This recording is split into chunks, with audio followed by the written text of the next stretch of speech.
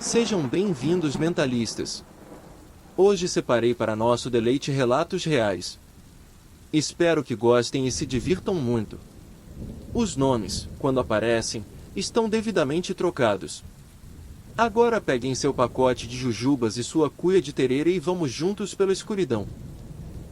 Eu nasci e morei em São Paulo a minha vida toda e nunca vi nada de sobrenatural ou algo que eu não pudesse explicar, até um certo dia. Eu moro e trabalho na região do Campo Belo, e como eu trabalho perto de casa eu vou todo dia para o trabalho a pé, e também volto a pé. E parte do meu caminho é atravessar o viaduto Vereador José Diniz, que passa por cima da Avenida Águas Espraiadas. Pode não ser um lugar muito seguro, mas nunca vi nada de sobrenatural ali. Como eu moro perto do trabalho, é normal pro chefe me pedir para ficar até mais tarde para terminar alguns serviços. Só que um dia a coisa extrapolou.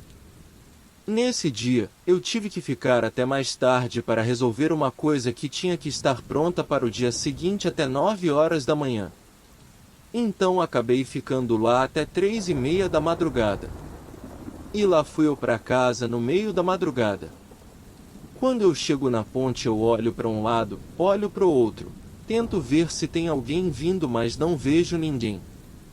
Então lá fui eu atravessar a ponte. Quando eu andei um pedaço da ponte eu vejo alguém vindo na outra direção. Como ali não é um lugar muito seguro eu hesitei um pouco pensando se eu dava a volta e fazia um outro caminho mais comprido ou se ia em frente. No que eu dei uma parada a outra pessoa também deu. Aí eu pensei deve ser outro pobre coitado voltando do trabalho, então fui em frente. Quando eu comecei a andar a outra pessoa também começou a andar. Eu falei comigo mesmo, não se preocupa, é só alguém indo para casa, só passa reto e nem olha para ele. Então apertei o passo e fui. No que eu olho para frente ele está correndo na minha direção. Isso realmente me assustou. Porque um cara correndo na sua direção, na rua, no meio da madrugada não é uma coisa muito agradável. Mas ele parou no meio da ponte e encostou no corrimão. Eu continuei andando normalmente. Conforme eu fui chegando perto, era para começar a ver como o cara era, mas a única coisa que eu percebi é que o cara parecia estar com uma espécie de capa que cobria o corpo todo e ela não ficava parada. Era como se fosse feita de fumaça. Eu pensei comigo mesmo, é o sono que tá te fazendo ver coisas. E só continuar em frente, não olha pro cara e se ele falar algo não dá trela e nem para. No que eu tava chegando perto, uns 20 metros pelo menos, o cara deu um pulo e ficou de pé no corrimão. Mas ele não estava segurado em nada, não dava para ver os braços ou as mãos dele. Ele estava se equilibrando em cima do corrimão. Eu só conseguia ver aquela coisa que parecia uma capa preta de fumaça em volta dele. Quando ele fez isso, pulou no corrimão sem usar as mãos, eu fiquei sem reação. E a única coisa que eu pensei foi o passa reto e finge que o cara não tá aí. Mas quando eu ia chegando perto bateu um cheiro tão ruim, mas tão ruim que eu fiquei totalmente nauseado. Um cheiro de coisa podre, mofada, meio asfixiante. E o som que aquilo fazia, era um som de ossos estalando, com uma respiração chiada. No que eu estava passando por ele, até hoje eu não sei por que raios eu resolvi continuar em frente, eu só pensava, não olha para ele, não olha para ele, não olha para ele. Mas a curiosidade foi tão grande que eu não resisti e olhei pro rosto dele. No que eu fiz isso eu não consegui ver o rosto dele, só os olhos. Mais nada. Eu não consegui olhar pro resto, só aqueles olhos negros e penetrantes que davam uma agonia só de olhar. Ele soltou uma gargalhada estridente quase que insana. Eu caí para trás, indo parar na via e saí correndo. No que eu olhei para trás, para ver se ele estava me seguindo, ele simplesmente não estava mais lá. Eu estava sozinho na ponte agora. Eu voltei para a calçada e olhei lá embaixo na Avenida Águas Espraiadas e não tinha nada. De repente aquele cheiro nauseante começou a aparecer, bem fraco. Eu não esperei o cheiro ficar mais forte para sair correndo. Eu nunca cheguei em casa tão rápido.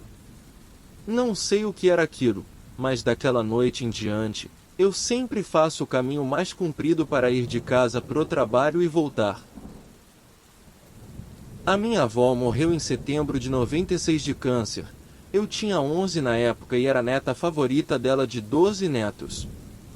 As minhas únicas memórias de quando eu era criança são as que ela aparece. Eu me lembro que pouco tempo antes dela morrer, ela me falou que viria me visitar na forma de uma garotinha e que eu não reconheceria ela. Um dia eu estava trabalhando em um supermercado aqui da cidade como caixa da lanchonete. Era o meu primeiro emprego e não fazia muito tempo que eu tinha começado, talvez uns 2 meses, e naquele dia eu já tinha levado umas broncas do meu supervisor. Eu estava realmente ocupado e eu estava quase explodindo de vontade de ir ao banheiro, e é claro que o meu supervisor não deixou eu ir, até que a fila estivesse menor. Meia hora depois ele finalmente me deixou ir. Eu estava quase correndo porque o banheiro dos funcionários era do outro lado do supermercado. No caminho eu encontrei uma garotinha que estava chorando pela mamãe dela. Ela tinha uns 3 ou 4 anos de idade e estava perdida e com medo. Eu peguei ela pela mão e a estava levando para a central de atendimento ao cliente para anunciar no sistema de som. Então eu ouvi a garotinha falar: "Olha a minha mamãe." Olha, ela estava apontando para a porta de saída do supermercado. Então eu corri, tentando não perder a mulher de vista. Nós fomos para fora da loja, e eu comecei a olhar em volta, mas não conseguia ver ninguém. Ela apontou para uma mulher que estava indo para um carro verde escuro, então eu chamei ela, mas ela não me ouviu.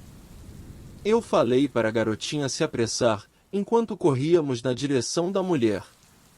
Quando eu estava correndo, já na metade do caminho, eu ouvi um barulho ensurdecedor, uma explosão, vindo de dentro do supermercado. Eu caí no chão com a força da explosão e quase desmaiei. Eu estava coberta de vidro. Eu ouvi a garotinha chorando e quando eu levantei a cabeça para pegar ela, ela tinha sumido. Eu procurei pelo estacionamento inteiro em pânico, sem saber o que tinha acontecido de acontecer. Eu não conseguia achar a garotinha, estava chorando e tinha sangue escorrendo pelo meu rosto. Eu ainda não sabia o que tinha acontecido. Cerca de 3 ambulâncias apareceram pouco depois, bombeiros também. Eu ouvi alguém gritando que alguma coisa tinha explodido lá dentro. O supermercado estava bem cheio naquele dia, algumas pessoas morreram e mais de 100 ficaram bem machucadas. Parece que o cano de gás na cozinha do supermercado rompeu em algum lugar na área de manutenção e começou a vazar e foi enchendo de gás toda a área lá atrás, e um freezer que tinha lá ligou e acabou detonando o gás que explodiu tudo. Agora eu sei que aquela garotinha era minha avó. Ela tinha falado que voltaria quando eu mais precisasse dela, e naquele momento eu realmente precisava. Outra coisa que aconteceu comigo, no começo desse ano, quando eu estava visitando a minha tia no hospital que tinha acabado de ter um filho, o único neto a ter o sobrenome da minha avó.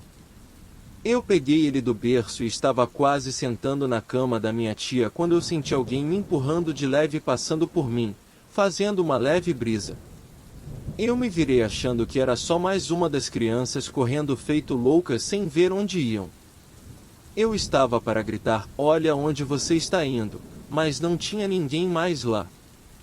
Eu contei para o meu tio, ele falou que talvez fosse a minha avó visitando o bebê. Eu fiquei meio assustada, mas não tanto quanto o dia que o supermercado explodiu. Aquele dia eu nunca vou esquecer. Agora eu acredito em vida após a morte.